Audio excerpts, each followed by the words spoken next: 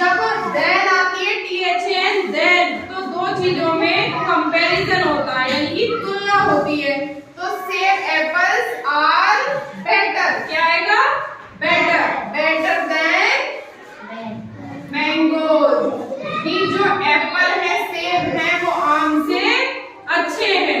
तो बेटर का वादा है दो चीजों में तुलना होती है। और जो इसकी दूसरी पहचान है THN देन, तुलना के लिए आता है।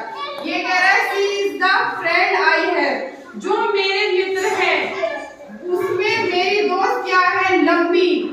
तो टॉल लंबी, टॉलर दो लोगों में तुलना में लंबी, और टॉलेस्ट सबसे लंबी।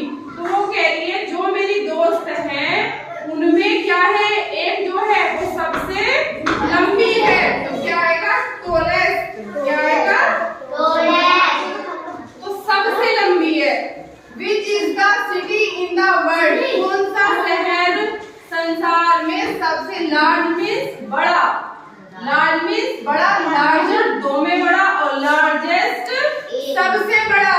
तो which is the largest, यानी कि कौन सा शहर संसार में, वर्ल्ड में सबसे बड़ा है। अगला आता है कॉटन इज देन वुड, कि जो रुई है वो लकड़ी से क्या है? लाइट, हल्की, लाइटर दो में तुलना हल्की, लाइटेस्ट सबसे हल्की।